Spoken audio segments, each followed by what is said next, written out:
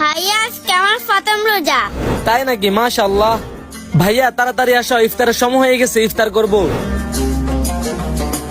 ভাই এই নে তোদের ইফতার। শুধু রুটি আর কালকের বাসি তরকারি, এটা দিয়ে আমরা ইফতার করব? কি করব ভাই, ঘরে শুধু এগুলাই ছিল, তাই আজকে এগুলো দিয়ে ইফতার করতে হবে। আচ্ছা ভাই ঠিক আছে, আজকে আমরা এগুলা দিয়ে ইফতার করব। আরে এ সময় আবার কে আসলো? তারা আমি দেখতেছি।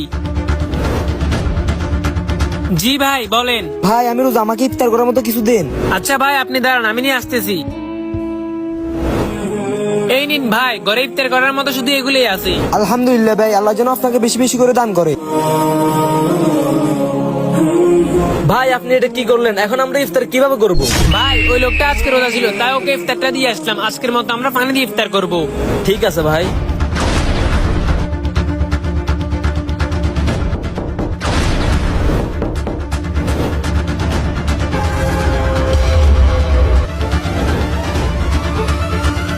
আরে এই ফলগুলো কে রেখে গেছে?